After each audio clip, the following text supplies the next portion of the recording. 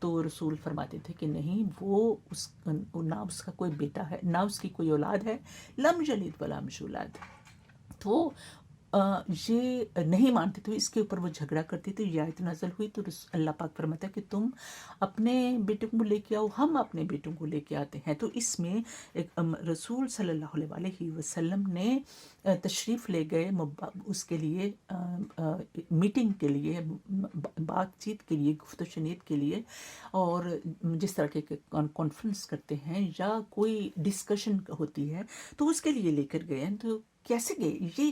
یہ اتنا خوبصورت سا ڈیلیگیشن، یہ اتنا معصوم، اتنا پیورٹی کے ساتھ، اتنا سچائی، ٹروتھ کا جو فلیگ ہے اٹھانے والے، یہ پیکرے ٹروتھ ہیں. یہ ہستیاں کون لے کے گئے؟ رسول صلی اللہ علیہ وسلم نے اپنے بائیں ہاتھ میں امام حسین علیہ السلام کو اٹھایا، بچے تھے، اور دائیں انگلی میں پکڑا ہوا امام حسن علیہ السلام بڑے بیٹے کو، اور پھر آپ کے پیچھے آپ کی بی بی بیٹی شہزادی کائنات سیدۃ النساء بی بی فاطمہ الزہرا تشریف فرما ہے، اپنے بابا کا دامن پکڑے ہوئے، اور پھر ان کے پیچھے مولا علی مشکل کشا. کتنا خوبصورت سا منظر ہے.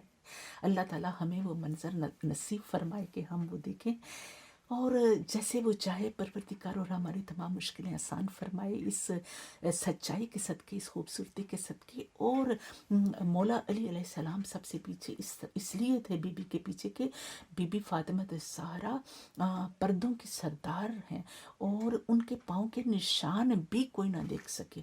تو یہ جب تشریف لے کر گئے، دور سے ان عیسائیوں نے دیکھا، تو وہ دور سے دیکھ تو کہنے لگے کہ یہ تو بڑے کوئی معصوم ہیں ساری ہستیاں، اور بہت پاکیزہ لگ رہے ہیں. تو ہمیں ان کو پتہ تھا کہ وہ جھوٹ بول رہے ہیں.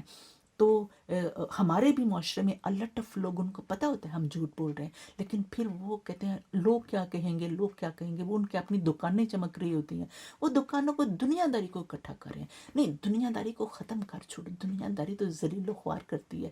ان ہستیوں کے پیچھے لگو، دیکھو کہ تمہیں کیسے کامیاب بناتے ہیں.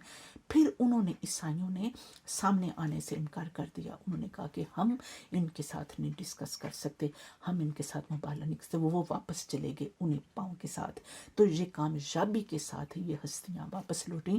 اب یہاں مقام یہ ہے کہ ہماری قوم جن کو صدیق اکبر کہتی ہے، اگر وہ صدیق اکبر ہوتے رسول کی نگاہ میں یا خدا کی نگاہ میں، تو کیا ان کو رسول پاک صلی اللہ علیہ وسلم اپنے ساتھ نہ لے کے جاتے؟ یہ قرآن کہہ رہا ہے نا، میں نہیں کہہ رہی، یا کتابیں نہیں کہہ رہی، یہ لوگوں نے خود بنائی ہوئی ہیں چیزیں. جو شخص 40 سال کے بعد گمراہی کی زندگی گزارنے کے باوجود، جس کے حسب و نسب کا بھی پتہ نہ ہو، جس کے ان کو صدیق اکبر آپ کہتے ہیں، ان آپ اپنی مرضی سے صدیقہ کہنا شروع کر دیتے ہیں. یہ ہے صدیقہ، یہ ہے. اور جن کے لیے قرآن پاک کی آیات اتری ہیں، جن کے لیے عیسائی مباہلہ چھوڑ کے چلے گئے ہیں کہ ہم تباہ و برباد نہ ہو جائیں. ناظرین، سوچنے کا مقام ہے. ان کو بولیے بی بی فاطمہ الزہرا پاک علیہ السلام، ان کو بولیے بی بی فاطمہ الزہرا صدیق علیہ السلام، ان کو لوگوں نے رضی اللہ بنا دیا. کتنی شرم کا مقام ہے.